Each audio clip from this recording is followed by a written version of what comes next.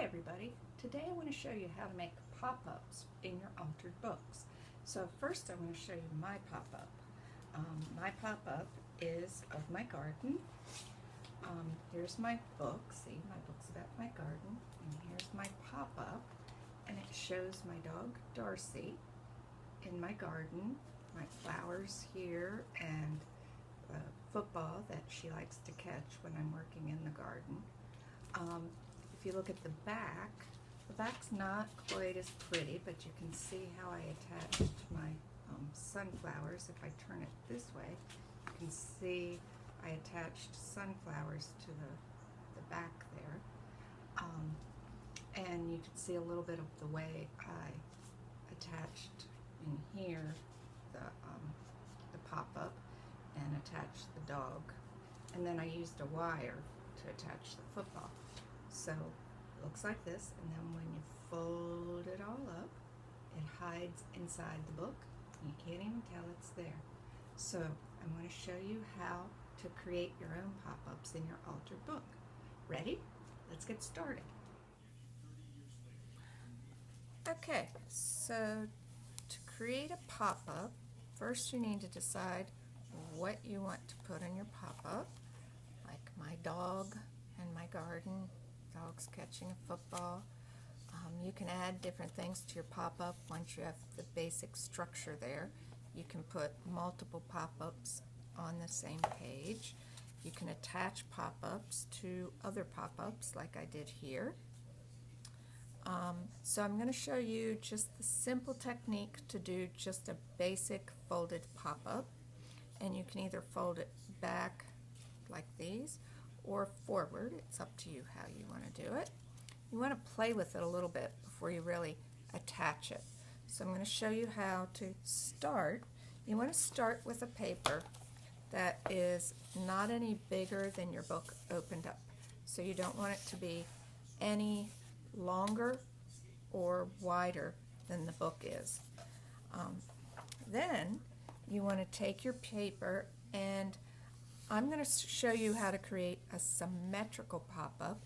So to do that, I'm going to fold the paper in half, and then I'm going to create a flower pot. So I'm just going to kind of draw the basic shape of the flower pot to kind of go with my garden theme. Okay, and here's the rounded bottom. And then you want to add a tab to that bottom. This will be part of the structure to help it pop up. Okay, once you've done that, you want to grab some scissors and cut it out. Okay.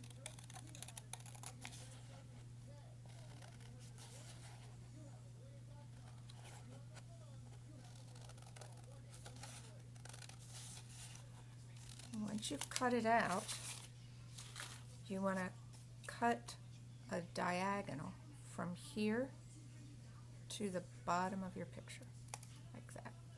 Okay, and then you're going to fold your tabs up on here and here. Okay. So it looks like that. Okay. So I'm actually going to flip my tabs back this way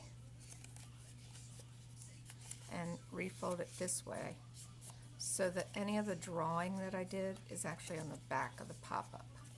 Okay, so once you have it cut out like this, you want to make sure before you invest too much time in it that it's going to actually fit on the page where you want it. So you want to lay it, fold it, lay it in the crease, and you want to make sure that it doesn't come all the way to the edge or past the edge of your book in the crease. Either way, either at the top or at the bottom. Or when you fold it, it will actually stick out of the book. And you also want to make sure that it's not going to stick out the sides of the book. This is a pretty small one, so I don't have to worry about that.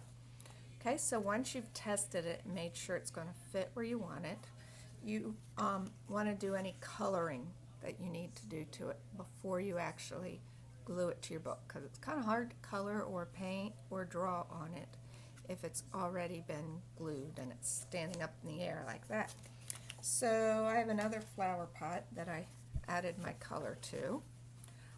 So I'm going to refold it this way, fold it up like this, and retest it, make sure it's going to fit where I want it.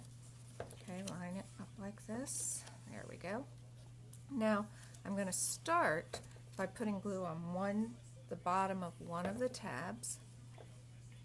Okay, so I'll put glue here, and then I'll line it back up where I want it. Remember, make sure the fold in your pop-up lines up with the crease in your book. Okay, and it doesn't have to be folded tight, like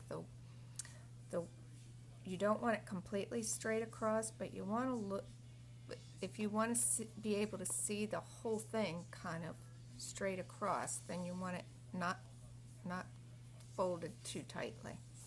Okay, so once you've got it where you want, kind of rub that down, fold the pop-up where it's going to be, put some glue on the other tab, then close the book, being very careful not to fold your pop-up anyway or crush it.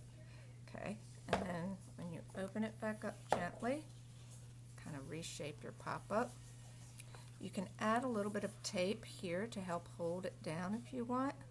Readjust it a little bit, and then I always let it dry open, because I don't want the glue to stick. Like if I have any glue seeping out of the edges, I don't want it to glue the page together or the pop-up together.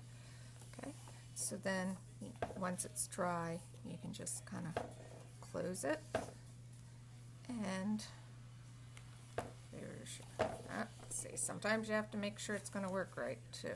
If it doesn't work right, then sometimes you have to readjust it a little bit, which isn't always fun. Just kind of play with it. Sometimes you have to refold your folds. That's working a little better. Okay. Takes just a little bit of playing with it to get it working the way that you want it to work. Okay, now you don't have to do a symmetrical pop-up. If you want, you can turn any picture into a pop-up. So I drew this picture of a groundhog. I folded it, cut the triangle out of the tab in the middle. I'll fold these edges up again like this, like I did on the pot. Okay, so now my groundhog looks like this. Okay, and then I'll pick out what page I want him to go on. Again, I want to make sure that he's not going to go out of the book when I close the book, so I have to line that up. Okay, and then I'm just going to glue him in like the other one. Add a little bit of glue here.